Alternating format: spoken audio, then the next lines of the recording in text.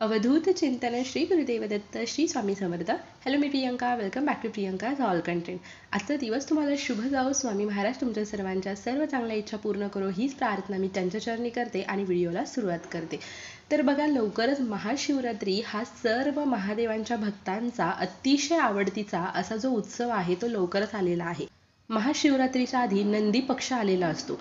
आता नंदी पक्ष नक्की काय असतं, ते कधीपासून सुरुवात होणार आहे आणि या पक्षामध्ये या 15 दिवसाच्या कालावधीमध्ये जर आपण सेवा केल्या तर आपल्या आयुष्यामध्ये काय घडतं हे आज आपण या व्हिडिओमधून जाणून घेणार आहोत. तत्पूर्वी तुम्ही चॅनलवरती नवीन असाल तर चॅनलला जरूर सबस्क्राईब करा आणि कमेंटमध्ये हर हर महादेव किंवा श्री शिवाय नमस्तुभ्यम लिहायला विसरू नका. तर बघा, जसा पितृपक्ष म्हणजे पितृ पंधरवडा असतो जो 15 दिवसांचा कालावधी असतो, त्यामध्ये आपण पितरांची सेवा करत असतो. त्याचप्रमाणे महाशिवरात्रीच्या आधी 7 दिवस, महाशिवरात्री झाल्यानंतर 7 दिवस, महाशिवरात्रीचा संपूर्ण 1 दिवस असा 15 दिवसाचा हा नंदी पक्ष असतो. या नंदी पक्षामध्ये जर तुम्ही अतिशय श्रद्धेने महादेवांची सेवा केली तर तुम्हाला तुमच्या आयुष्यात हवं ते सर्व मिळतं, संकट दूर होतात आणि महादेवांची कृपा आपल्याला मिळते. ही सेवा आपल्याला 19 फेब्रुवारीला सुरुवात करायची आहे. महाशिवरात्रीच्या आधीचे 7 दिवस, महाशिवरात्रीचा 8वा दिवस आणि त्यानंतरचे 7 दिवस अशी 15 दिवसांची ही सेवा करायची आहे. म्हणजे 19 फेब्रुवारीला ही सेवा सुरू केली तर 5 मार्चपर्यंत आपल्याला ही सेवा करायची आहे. महादेव हे साम सदाशिव आहेत.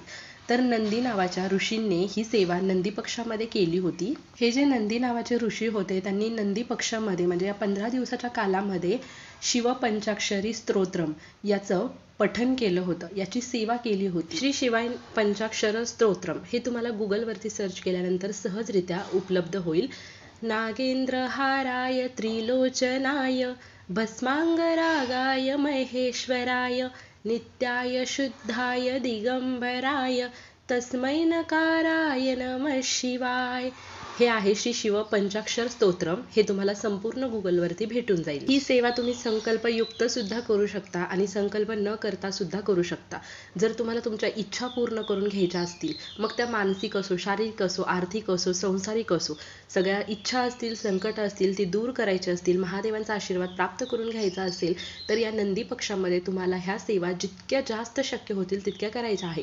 तुम्ही नाही संकल्प केला नका करू. तुम्ही दिवसातून 1दा, 3दा, 5दा, 7दा, 11 वेळा म्हणजे तुमच्या यथाशक्ती हे तुम्हाला शिवपंचाक्षरी स्तोत्र जेवढं शक्य होईल तेवढं पठण करायचं आहे आणि जेवढी जास्त सेवा होईल तेवढी तुम्हाला या 15 दिवसाच्या कालावधीमध्ये शिवपंचाक्षरी स्तोत्राची करायची आहे. शिवपंचाक्षरी स्तोत्र हे पठण करायला पण खूप सोपं आहे आणि अगदी 2 मिनिटात होतं. त्यामुळे तुम्हाला जेवढं शक्य होईल तेवढं दिवसभरामध्ये तुम्ही सेवा करा. जे नंदी नावाचे ऋषी होते त्यांनी नंदी पक्षामध्ये ही सेवा करून महादेवांना त्यांनी प्रसन्न करून घेतलं होतं. त्यामुळे ही सेवा आपणही करायची आहे आणि आपल्यालाही महादेवांना प्रसन्न करून घ्यायचा आहे. जेव्हा तुम्ही संकल्प करणार आहात, तुम्ही संकल्प नक्की करा, पण यथाकाली हा शब्द वापरू नका.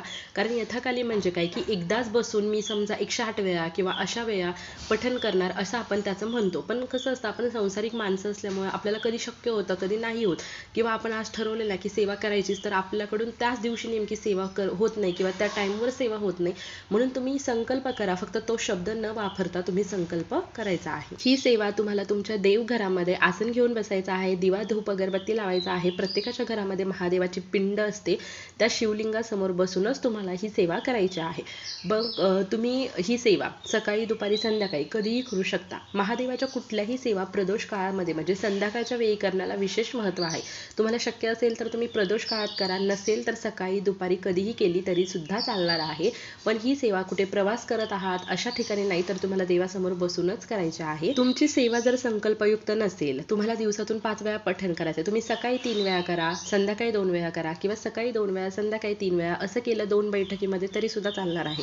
पण संकल्पयुक्त सेवा असेल तर एका बैठकीतच तुम्ही जेवढ्या वेळा संकल्प घेतलेला आहात, म्हणजे समजा की मी 11 वेळा पठण करेल, मी 108 वेळा पठण करेल, तर तुम्हाला एका बैठकीमध्येच ती सेवा करायची असते. या सेवेचे नियम काय आहेत ते मी सांगते.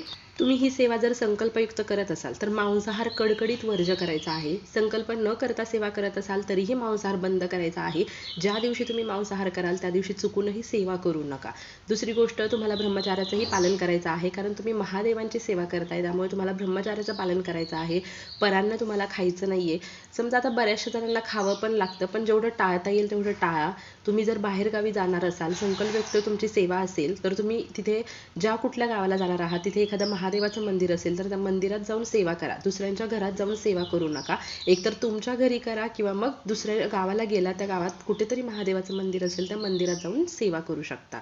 मासिक पाळी, सुतक, विटा या गोष्टी आल्या तर ते 5 दिवस तुम्हाला स्किप करायच्या आहेत आणि नंतर सेवा 5 मार्चपर्यंत होईल तेवढी तुम्हाला कंटिन्यू करायची आहे. तर ही शिव पंचाक्षरी स्तोत्राची सेवा आहे ती अतिशय साधी सोपी आहे, पण खूप प्रभावी सेवा आहे.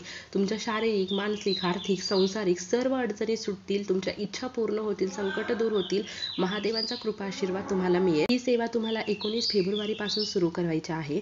पण जर समजा तुमच्यासमोर हा व्हिडिओ लेट आला, 20ला आला, 21ला आला, 22ला आला, 23ला आला, पण जेव्हा पण तुमच्यासमोर हा व्हिडिओ येणार आहे तेव्हापासून 5 मार्चपर्यंतचे जेवढे दिवस आहेत तेवढ्या दिवसात तुम्ही ही सेवा करा.